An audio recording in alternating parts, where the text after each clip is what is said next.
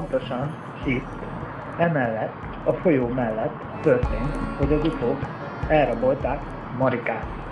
Marika, aki elmondása alapján azóta már jobban van, akit majd meg fogunk látogatni a kórházban.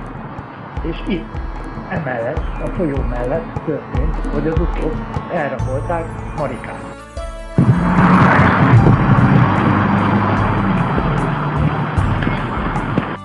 Reggel, egészen pontosan 5 órakor a hátam mögött lévő folyópartnál sétálgatott Béla, aki az egyik csónak tetején megtalálta Marika melltartóját.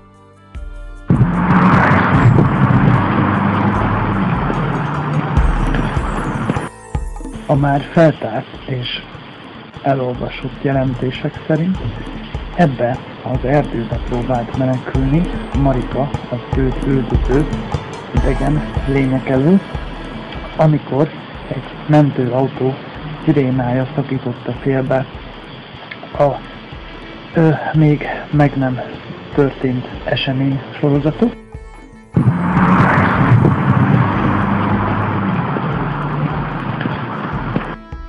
És az is több mint valószínű, hogy a hátam mögött lévő bokorból rabolhatták el Marikát az idegen űrlények, amikor segítségét próbált kiabálni azoknak az embereknek, ugyanis akik az ő háta mögött álltak, és akik nem voltak túl segítőkészek Marikával kapcsolatban sem, és másokkal sem.